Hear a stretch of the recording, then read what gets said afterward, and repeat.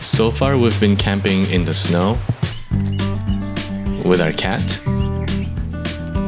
at a sanctuary, by the lake, and to a national park. We used to car camp a few times a year, but only in fair weather.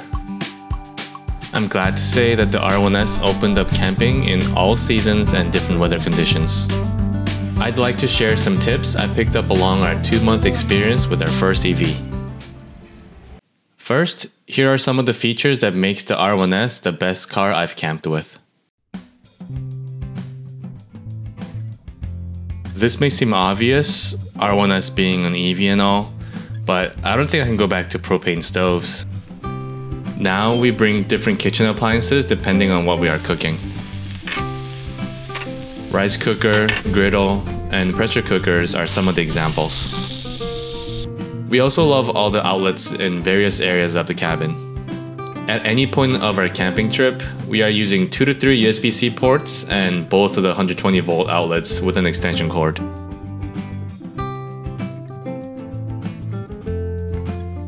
Camp mode pretty much single-handedly gave us the confidence to use the R1S to go camping more frequently this year.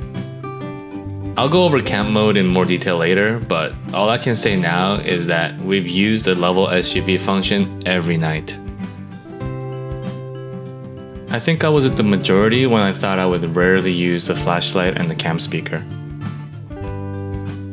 We were surprised to find we often reach for the flashlight for more light inside the cabin and our connected tent. The camp speaker is a great mood setter as well. The best thing about the camp speaker is that it's always available. Hotspot was another feature that I didn't think we would use, but it's something we definitely found useful on our most recent trip to Pinnacles National Park.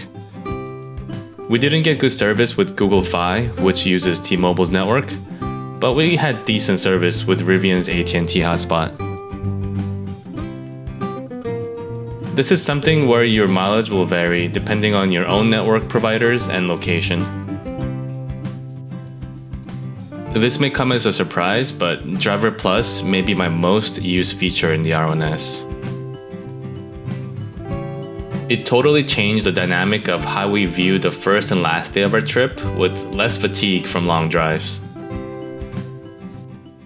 Now some tips for sleeping in the R1S. The most important thing for a better sleeping experience in the R1S is understanding all the aspects of camp mode. Camp courtesy is pretty much necessary when camping in a public campground. It turns off exterior lights, sounds, and proximity locking. As soon as we arrive at the campsite, we turn this on so we don't bother our neighbors with lights and noises from the R1S. We also turn off displays when we are ready to go to sleep. Floodlights on the side mirrors can be turned on with these buttons here. We haven't used them at all, and I can't imagine we'll ever use them. Maybe if we're dispersed camping and need more light around the car. Moving on to energy use, we found that we only really use stay off or stay on for camping.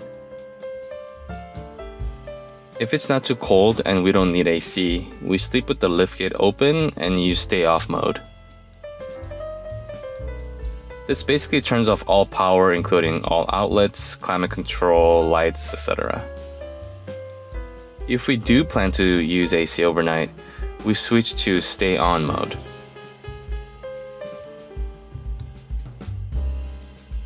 The outlet section allows you to set a timer for how long you want to send power to the 120 volt, 12 volt, and USB-C outlets.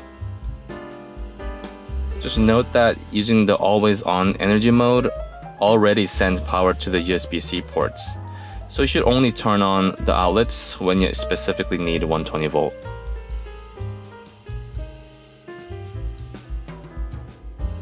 The main thing to remember is that you want climate control to be turned on if you plan on sleeping with all doors and windows closed.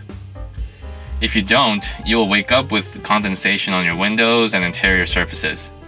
It also wouldn't be too comfortable sleeping in humid conditions. Here's a little quirk with Rivian climate control. you can't independently turn on second row vents without having at least one vent open in the front. I'm not sure if this is normal behavior in other cars, but either way, it's good to know. Third row vents are for circulating air only, and we've used it before when we didn't need AC, but kept all the doors closed. The third tip for successfully sleeping in the R1S is to move up the two front seats and lean them forward.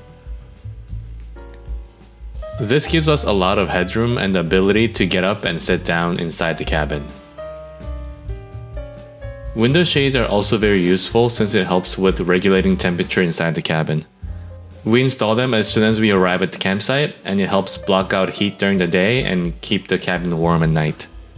They also give us some privacy in crowded campgrounds. The final tip goes without saying, but make sure you have a mattress or sleeping pad that fits well and utilizes the space inside the cabin. There are a few air mattresses in the market that are shaped to specifically fit the R1S.